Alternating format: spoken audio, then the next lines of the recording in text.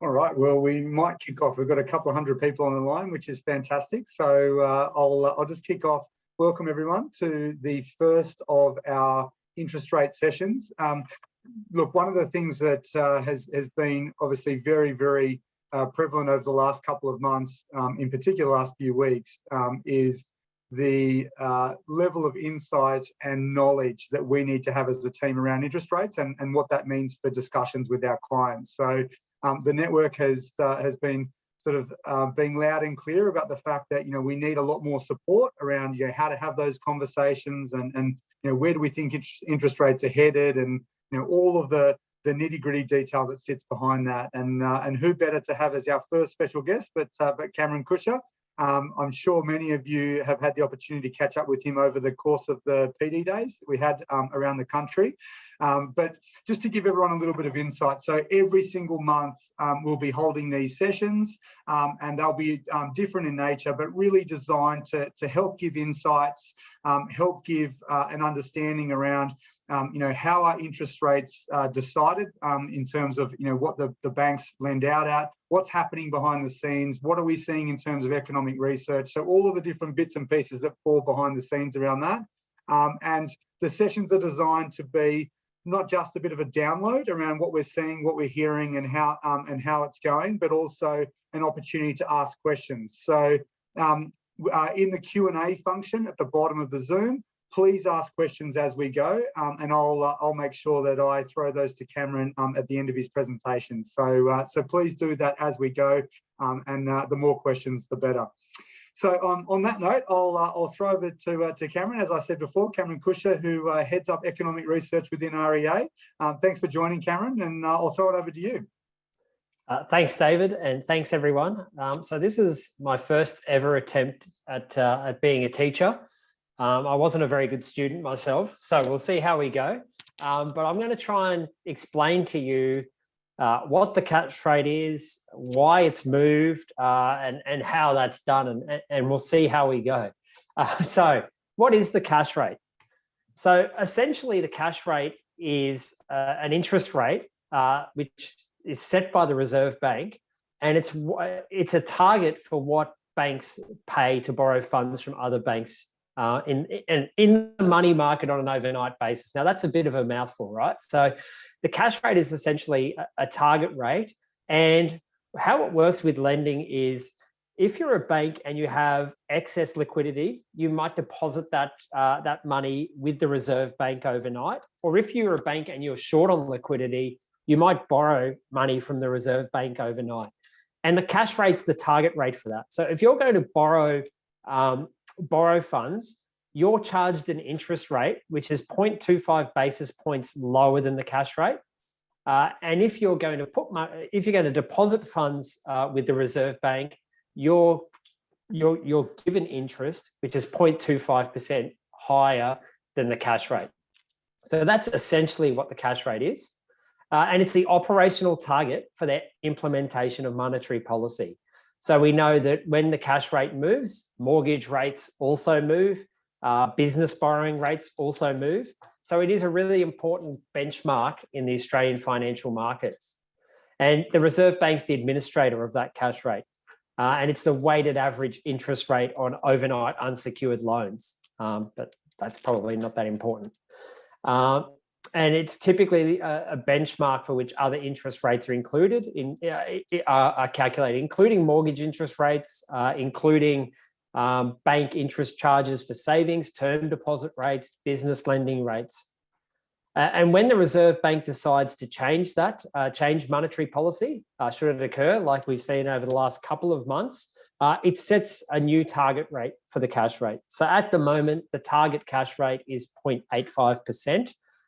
During the COVID period, it was 0.1%.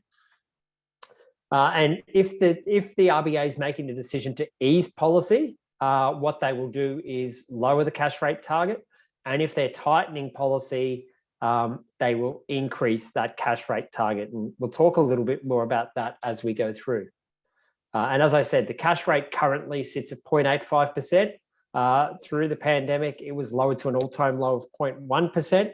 Probably the most important thing for everyone here is that the recent increases we've seen in the cash rate was the first increase we've seen since November 2011. So it's a very different state of affairs to what most borrowers have known over the past decade or so. And that's only that interest rates reduce. So ultimately, the Reserve Bank's responsible for conducting monetary policy in Australia. And what does that mean? And how does that play into the cash rate and interest rates? So how the RBA largely conducts monetary policy is by adjusting the cash rate. And what they do by adjusting the cash rate is to try and achieve a number of its goals, which is price stability, which is inflation, and keeping inflation within the 2 to 3% target range. And as I'll show you, haven't necessarily been particularly successful at doing that over recent years. They also aim to achieve full employment. Again, they haven't necessarily been so good at achieving that, and to the economic prosperity and welfare of all Australian people, which is a bit more difficult to measure it in itself. The main way in which they seek to achieve this is that cash rate target of 2 to 3% on average over time. And recently, historically, they've only used monetary policy, but COVID was very abnormal times, and they've used other tools to try and address monetary policy in Australia. And that's doing things like setting target for long-term bond rates, and also by buying government bonds in the secondary market. And what that means is they've bought government bonds from participants in the market. They haven't purchased them directly from the government. So the Reserve Bank Board, they meet 11 times a year. They don't meet in January, and it's the first Tuesday of every month that they meet outside of January. And at those meetings, they basically sit around the table and weigh up the pros and cons of where monetary policy is at the moment and decide whether or not they need to change monetary policy. So that happens the morning of the first Tuesday of each month, and then at 2:30 each month on the Tuesday, except for January, they send out a press release which details their decisions and some commentary. Then later in the month, they follow that up with a full set of minutes that they also publish. And that full set of minutes was actually published today by the Reserve Bank. They also regularly speak. Pretty unusual this month that the RBA governor went on 7:30 and was interviewed by Lee Sales, but they do regular speeches. The Reserve Bank governor gave a presentation today, and in those speeches, they might talk about a number of topics, but a lot of it will always come back to what the current monetary policy settings are, and talk about economic forecasts. They also have regular publications, so they publish a financial stability review twice a year, and they publish a statement on monetary policy 4 times a year as well. Pardon me. So that can give you some good insight into what their thinking is, and that does include their forecasts, not just for, well, they don't really forecast interest rates, but what their forecasts are for inflation, economic growth, the labour market as well. So why would the RBA adjust the cash rate? So generally, when they're making an adjustment to the cash rate, they'll do so to try and get inflation within that 2 to 3% target range. You should note, though, that there are allowances for the rate to be below 2% or above 3%. It is 2 to 3% over the cycle, but generally they like to have inflation running at very close to or within that 2 to 3% band. And the inflation target is basically a response to the fact that having low and stable inflation does create economic certainty, and it's the basis for strong economic growth throughout the country. So if inflation is too high, which is the situation we're basically in at the moment, this is typically reflective of an overheating economy. And what that means is that you've got a case whereby demand for goods and services is far outstripping supply. And that's certainly one of the instances that we have, not for all goods and services, but for certain goods and services at the moment. And when that's happening, that means inflation is lifting, the cost of everything is rising because you've got more demand than you have supply, so people are able to push prices higher. And as a result of that, the RBA will lift interest rates And what that does is it increases the cost of borrowing. We know that flows through into mortgages, flows through into everything. It also, and as they do that, that encourages a reduction in household spending. It also provides households with more of an incentive to save.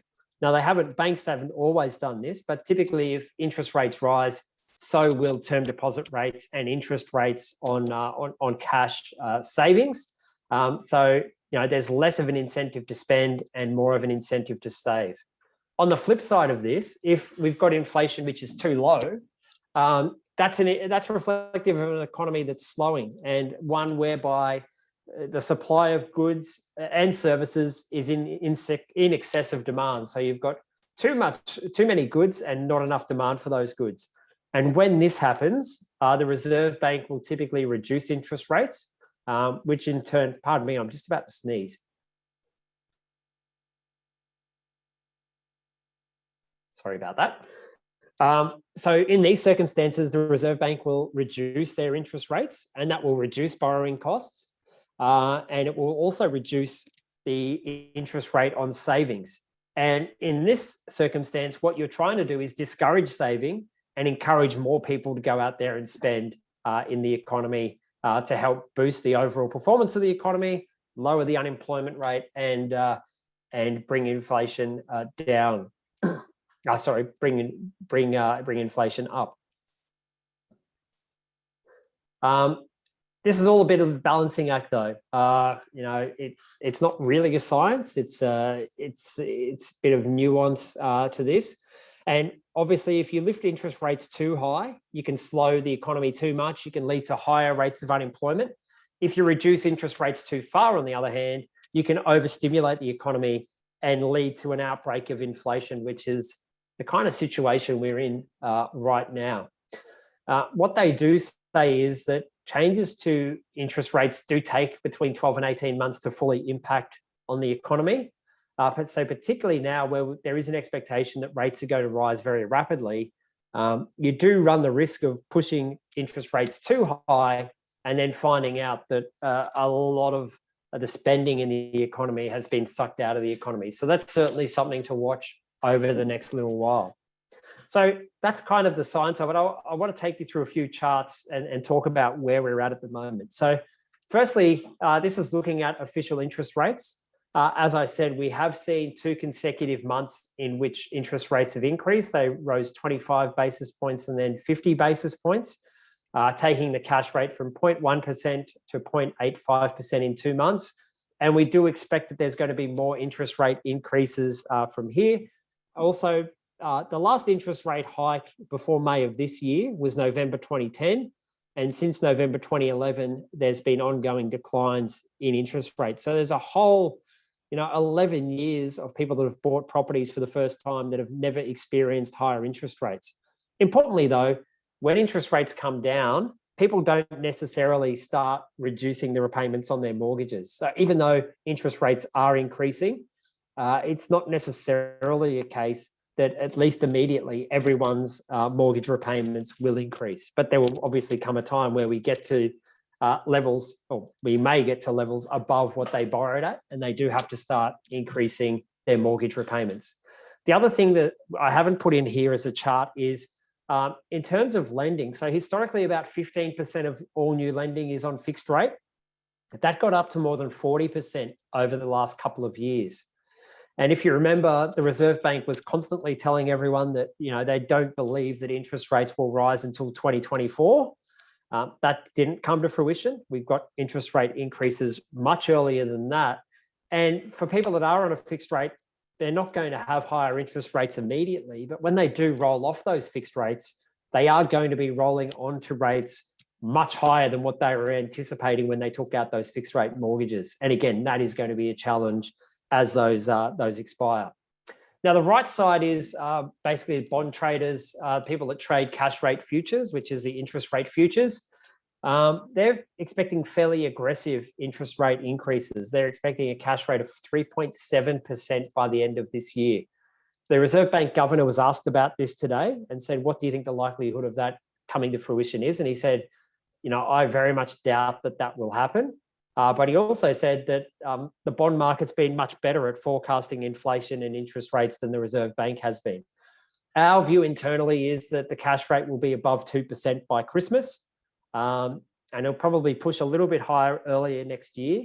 And then a lot of people are expecting by late next year or early 2024, inflation will have tamed and consumer spending would have slowed quite dramatically, and that will lead to the interest rates starting to come down. And that's certainly a scenario that I think is a high likelihood.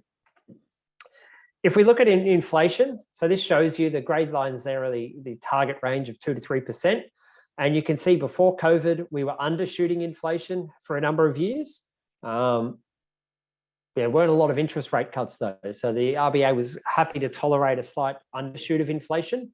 It's not proving prepared to tolerate an overshoot of inflation. And the forecast in their last statement of monetary policy was that inflation would get to 6% and then start to fall 6% later this year. The Reserve Bank governor has now said he expects that to be higher, a rate of inflation of around 7% and then starting to ease thereafter. But inflation is very strong. Interestingly, inflation is breaking out around the world, and it's certainly nowhere near as strong in other parts of the world, in Australia, as it is in other parts of the world at the moment. One of the other reasons why inflation is strong, or theoretically should be strong, is the unemployment rate. So it's fallen to its lowest level since 1974. We've also seen the participation rate rise to its highest level on record. And we've seen underemployment shrink to levels not seen since 2008. So there's a lot of job vacancies out there. There's a lot of ability for people to move and get a new or better job. And hopefully along with that, higher pay as well. Haven't put the chart in here though, but we haven't seen a breakout in wage prices yet. I think the Reserve Bank is leaning very heavily on their consultation with industry about what industry is going to do in terms of pay increases. But the wage price index is certainly not showing a surge in wages quite yet. And the economic rebound has been strong coming out of lockdowns. Household savings are elevated, which means that people can use those savings as interest rates increase they can wind down those savings to offset higher interest rates, but there's a limit to how much of that they can do. What's probably most disappointing is that the economic forecasts are that GDP will only be growing at a rate similar to what it was pre-COVID by the end of next year. So it's a short, sharp boost in economic growth, and basically the thinking is we're not going to be in any better of a position than we were a couple of years ago. And clearly from a housing market perspective, we're already starting to see new lending slowing, and we're starting to see property prices fall, particularly in Sydney and Melbourne. It's been a very strong pandemic for lending. You can see prior to COVID, the record month for lending was 23 billion. We're still up at 31 billion in new lending. And you can see that the biggest sources of the increase in lending has been subsequent buyers. First home buyers were very strong early in the piece. They've come off a bit. And investors are still quite strong and desperately needed. Even though we think that property prices are going to fall, the rental market is still very tight and very constrained, and we need more rental supply. I did put it in, sorry, it's just out of order. So wage price index, you can see here that wage growth is picking up, but it's still very sluggish in terms of growth. And when you consider that inflation's 5.1% and wages are growing at 2.5%, people are going backwards by a long way. And that's why we saw the minimum wage increase by 5.2% this year. A few other slides. I don't think I'll touch on that one. Maybe just this one here, which is the final slide. And this is looking at the cost of construction materials. So this is heavily impacting on inflation as well. You can see here that over the past year, materials are up 15.4%. You can see steel products, timber, very strong inflation in that. So from a housing perspective, it's going to make building new homes much more difficult because developers and builders usually have slim margins. They often don't have 15% margins, that's for sure. And it's also going to make renovations much more difficult because this doesn't even take into consideration securing labour and labour costs. So it's a real challenge for the market at the moment. So that was my attempt at explaining the cash rate and what's happening at the moment. Hopefully you have some questions and hopefully you could kind of understand that. There is a really great resource on the Reserve Bank website. If you go onto that website, which is rba.gov.au, and you go to education, I leaned quite heavily on that material, but it's definitely worth taking a look at the material that's on that site, explaining inflation targets, explaining what the cash rate is, and giving you a better understanding of exactly what's going on. But I'll stop sharing and start trying to answer your questions. Fantastic. Thanks so much, Cameron. Maybe the first one to fire away is, could you go into a bit of detail around what's the difference between the underlying inflation rate and the headline rate? Yeah, sure. So the underlying inflation, headline inflation takes into the increase in basically everything that you would spend money on. The underlying rate of inflation, what the Reserve Bank does is they trim out some of the more volatile items. So, petrol's extremely volatile at the moment. When you have a flood, when Queensland flooded a few years back, banana prices spiked. So they would remove things like bananas, which tend to be very volatile. And that tries to give them a better idea of what inflation truly is if you discount some of those things that are very volatile on a quarter-to-quarter basis. Excellent, thank you. We've also got some questions around the different levers. So, you talked about the fact that RBA can control monetary policy through, raising and lifting rates. What other levers are there at the disposal of the RBA or the disposal of the government to be able to control inflation? So realistically, the RBA doesn't have too many other levers. The RBA's levers are monetary policy or setting bond rates or purchasing bonds like they did do during COVID. What's probably been missing for most of the last decade or so is federal government fiscal policy. The government can pass legislation that will impact inflation. Obviously, if the government's going to spend more, if the government's going to reduce taxes and put more money into people's wallets, that's going to be inflationary.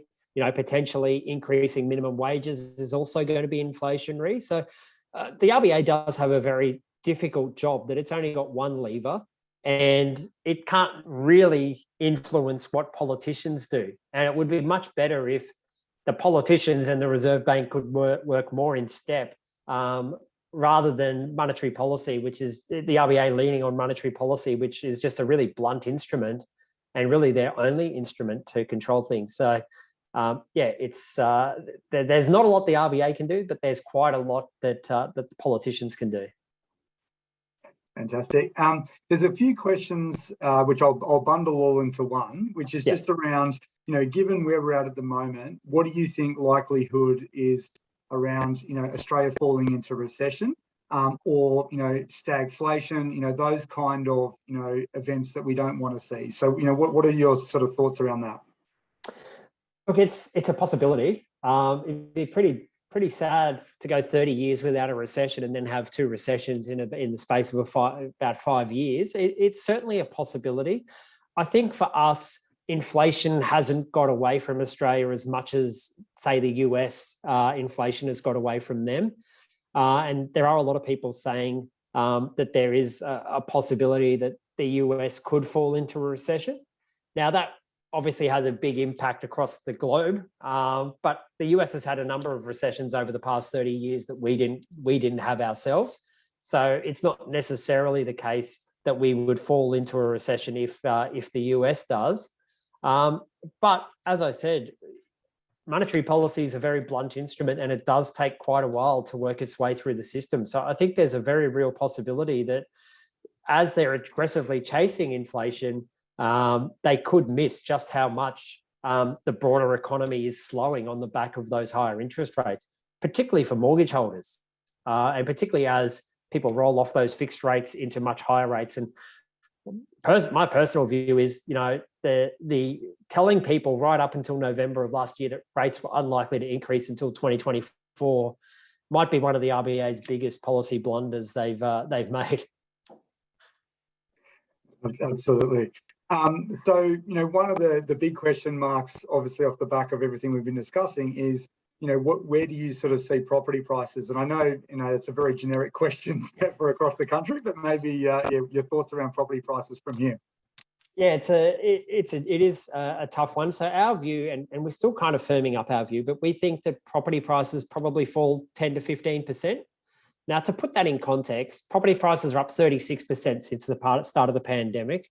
They'd have to fall 26% just to get back to pre-pandemic levels. And I think most people would be aware that everyone thought property prices were too expensive before the pandemic as well. We do believe that Sydney and Melbourne will see larger falls than that, and probably Hobart as well. And that's mainly because places that are more expensive will feel the impact of higher interest rates more, because borrowing capacities will be reduced by a greater amount in those cities. We also believe that places like Adelaide and Brisbane probably hold up a bit better, just because the differential in pricing between some of those markets and Adelaide and Brisbane is some of the widest we've seen on record. We believe also that there is quite a strong impetus for investors in the market at the moment, and investors tend to prefer units. So we think that units will hold up better than houses. The other reason for that is as interest rates go up, again, borrowing capacities are reduced. So maybe that means someone can't afford a house, but they can afford a unit. And the regional markets will be a real interesting one to watch. We're already seeing signs of weakness in a number of the regional markets that were really popular during the pandemic. The impetus to move to regional areas is not as strong as it was over the last couple of years, mainly because the big capital cities are back to normal. And those places are just not as affordable as they were 2 years ago as well. So I wouldn't be surprised to see some larger falls in some of the regional markets as well. Brilliant. And one of a couple of the questions that are coming through are around, you talked about how monetary policies are quite a blunt lever that the RBA has. In terms of fiscal policy and being able to control inflation through the government, what are your thoughts around using taxes to do that? So, GST or other sort of form of taxation to slow the economy? Yeah, definitely. I mean, that's the sort of thing we should be looking at. There's been a lot of talk about removing stamp duty. We know today that New South Wales government announced that first home buyers will have an option to pay land tax or pay stamp duty up front. So there hasn't been a lot of reform nationally for a very long time. GST was probably the last big reform, and probably makes sense to expand GST. We have got a number of legislated tax cuts. I think the first two stages have been implemented already, and there's a stage 3 tax cut, which is basically a big tax cut for high income earners. So maybe reducing that or removing that tax cut is a sensible thing to do. And obviously the government's taken on a lot of debt during COVID as well. So I think just generally there needs to be more careful thought about how and where people do spend this money. But basically, fiscal policy should be supporting monetary policy. But I think for a lot of the past decade or so, that hasn't necessarily been the case. It's popular to give people more money, but it's not always the most prudent thing to do for the economy. Yeah, no, absolutely. And there's a few questions coming through just around the global landscape at the moment. In particular, China, war in Ukraine, those kinds of things. Maybe if you could just give us some insight around, what you think is having an impact in terms of interest rates globally at the moment, and is that likely to change? The war is definitely having an impact. Russia and Ukraine are the food bowl of Europe. And for a lot of African countries, that's where a lot of the grain and things like that is grown. They're saying they can't even get grain out of Ukraine to the rest of the world at the moment. So that's having an impact on food prices. You've also got a lot of sanctions against Russia, so that's having an impact on global energy prices. So the sooner this war can end, and I'm not confident that's necessarily going to happen quickly, but if the war could end quickly, that would certainly be a good thing for global supply chains. The other big issue, of course, is China. Most things are built in China. and China still is carrying on with a zero COVID policy. So we saw in March to April, we saw Shanghai in basically complete lockdown. And every time they go into one of those lockdowns, it has, a detrimental impact on global supply chains. And that's why, you see a lot of those inputs to residential construction surging so much, because even though prices are up a lot, developers have been saying to us, yeah, they're up a lot, but even just getting timber or even just getting steel is very difficult at the moment. Yeah, absolutely. And you made a comment in your presentation around the fact that the RBA often gets it wrong in terms of its predictions around. So one of the questions is, why do you think that the RBA often gets it so wrong when the bond traders are usually sort of closer to the mark? What's driving that?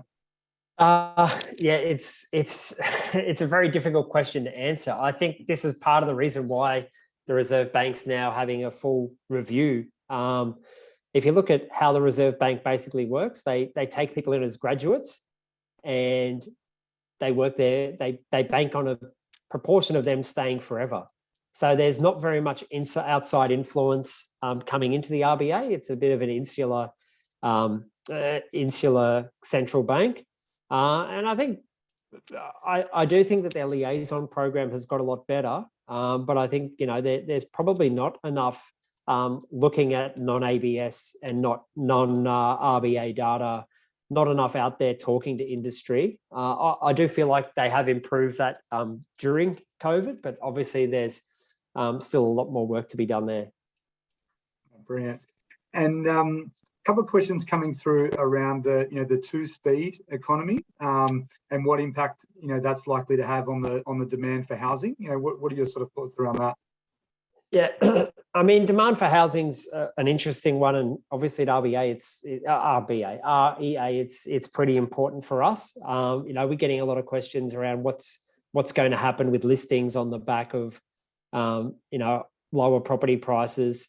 I think if we look at what's happened through COVID, it's basically been a one-speed housing market. Property prices have risen dramatically everywhere, and that's not usually the case. You usually find that the markets cycle quite differently. You'll find that Sydney and Melbourne cycle first, and then it rolls into the other areas. We do believe that the downturn is that prices are going to fall in all parts, pretty much all parts of the country over the next couple of years. That's just the reality of how quickly and how soon and how high interest rates are going to go. So it is a challenge, and most of Australians have most of their wealth sitting in residential property. So when property prices are falling, they're going to feel less wealthy, and they're going to be less inclined to go out and spend, and that's going to be the challenge for the economy. And I guess that's why the Reserve Bank is forecasting that economic growth is only going to be 2% by the end of next year, which, coming out of COVID and all the opportunities we have, to me is really disappointing. I'd like us to come out as a better and stronger economy, but that's not being forecast at the moment, unfortunately. And a few questions coming through around when do you think we'll get the next rate rise, and by how much? I think it'll be next month, and I think it'll be 50 basis points again. Maybe they should go even higher than that to try and shock the market, but I don't think they will. But I firmly believe through most of the rest of this year, we'll be getting interest rate hikes. I don't think there'll be 50 basis points every time, but I think we'll get another 50 basis points. Maybe they go a little bit more to get back to that nice round 0.25, 0.5%, but I think 50 is the most likely. And some of the questions coming through around, you said you're expecting property prices to come off. When would you expect those property prices to start rallying again? Like, how far out are we likely to see that? Yeah, I think that will be really driven by when interest rates start to come down again. At the moment, my thinking is interest rates start to fall very late 2023 or early 2024, and that's probably the time that you start seeing prices start to rise again as interest rates start to fall.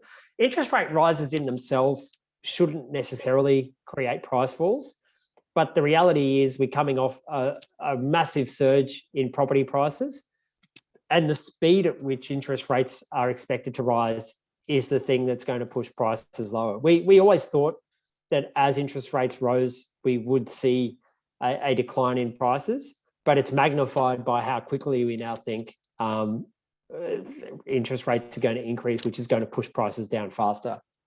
And then once you get a reversal of that, it will probably change fairly quickly too. And we've got a few questions around fixed rates. Yes. What are your sort of thoughts around where we're likely to sort of see fixed rates, over the course of the next few months? I've got to be honest, I haven't thought too much about it. My thinking with fixed rates is mainly that nobody's going to want to fix at the moment because they have increased so much. And variable rates, even though they're going up, are still quite a bit lower than fixed rates are, at least at this stage. But certainly, I expect that fixed rates are going to continue to rise as well as variable rates go up too. Absolutely. And we've got a question around crypto. So, how do you see the crypto crisis and share market affecting the economy? And what are your sort of thoughts around that? Yeah, crypto's not going very well at the moment. I'm glad I never got into it personally. And the share market isn't going very well either. I think what this will actually do for property, though, is maybe encourage more investment in housing. Even though property prices are going to fall, property prices don't fall 5% in a day like the share market did last week. Property prices don't fall 20% in a day like crypto can. So I think for some, it will just reiterate why there is a strong preference here in Australia for people to invest in property, largely residential, but potentially also commercial property. And people don't like the volatility that comes with some of these other asset classes. And as I said through the presentation, we are expecting property prices to fall, but we are expecting rents to increase. So there are some good opportunities for investors in the market at the moment, particularly as prices come off, but rents continue to rise. There's some strong yield upside in the market. Fantastic. And please keep the questions coming through. So that there are a couple of questions just around getting access to graphs, presentations, those kinds of things. So just so everyone's aware, every month when we hold these sessions, we'll be sending out a recording, plus also different materials that will accompany that. So please keep an eye out for those. We're also going to be sending out soon some calculators, or a calculator in particular, to talk about what Cameron was talking about before, which is, what's the difference between me taking out a variable rate today compared to taking out a fixed rate for, say, 2 or 3 years? And what's the break-even point for how many interest rate rises I would need for that variable rate to be more expensive? So we'll be sending out some materials over the course of the next few weeks to help have that conversation with your client. We've got another question just around commercial properties. So how do you see the work from home dynamic sort of affecting a lot of empty commercial space at the moment? Yeah, what we're finding on the commercial side of the business is it's surprisingly strong. Although, to be honest, the real commercial business that REA has is not major commercial office buildings. It's more sales of smaller office buildings. But I think a lot of people are thinking how they can reimagine their commercial space. And obviously, a lot of people are looking at reduced commercial space going forward. But this is not the case for everyone, I've got a lot of friends that are lawyers and accountants, and they're basically all back in the office full time. State governments are trying to drag everyone back into the office full time, but certainly for certain commercial properties, what's required is going to be different than what was required pre-pandemic. In terms of commercial, industrial is still really strong. Retail is certainly coming back as well. Would expect hotels to start coming back now that international travel's on as well. So it's definitely not all bad news in the commercial space. Fantastic. All right, well, we might wrap it up there, Cameron. Thank you so much for all your insight. As I said before, there's lots of, hold on, we've got another question come through. Will the fixed versus variable info that's coming out include a calculator where you can enter the range? Absolutely. So the calculator will be a calculator where you can punch in your expectation around what you think interest rate rises are going to be. So you could plug in, what the market's predicting, or you could plug in any research that you like, and that will help give you some insight and some conversational points that you can use with your clients. Actually, Cameron, one more question before we let you go. Do you have any opinion on population growth over the next few years and how that's going to affect housing prices? Yeah, good question. The budget papers aren't expecting population growth, or at least migration, to get back to pre-COVID levels till 2025. Now, that's just a forecast or a projection, but migration started pretty slowly back to Australia post-COVID. Where you'll see that play out mostly over the next little while, though, is in the rental market. People that come to Australia, most of them don't own a property. They're coming back and then they're going to figure out where they want to live.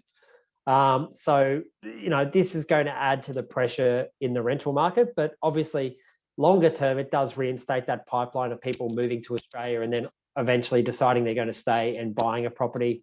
It's probably better news for the developer side of the business, given that most people that aren't yet citizens have to buy a brand new property. But rentals is really where it will show up first of all.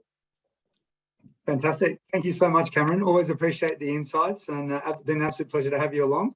And as I said, guys, keep the questions firing through post the session. We'll make sure that we keep updating you on these monthly catch-ups. And as I said, Cameron, really appreciate you joining us. No worries, David. Thanks, everybody. Have a great afternoon, everyone. We'll chat to you soon.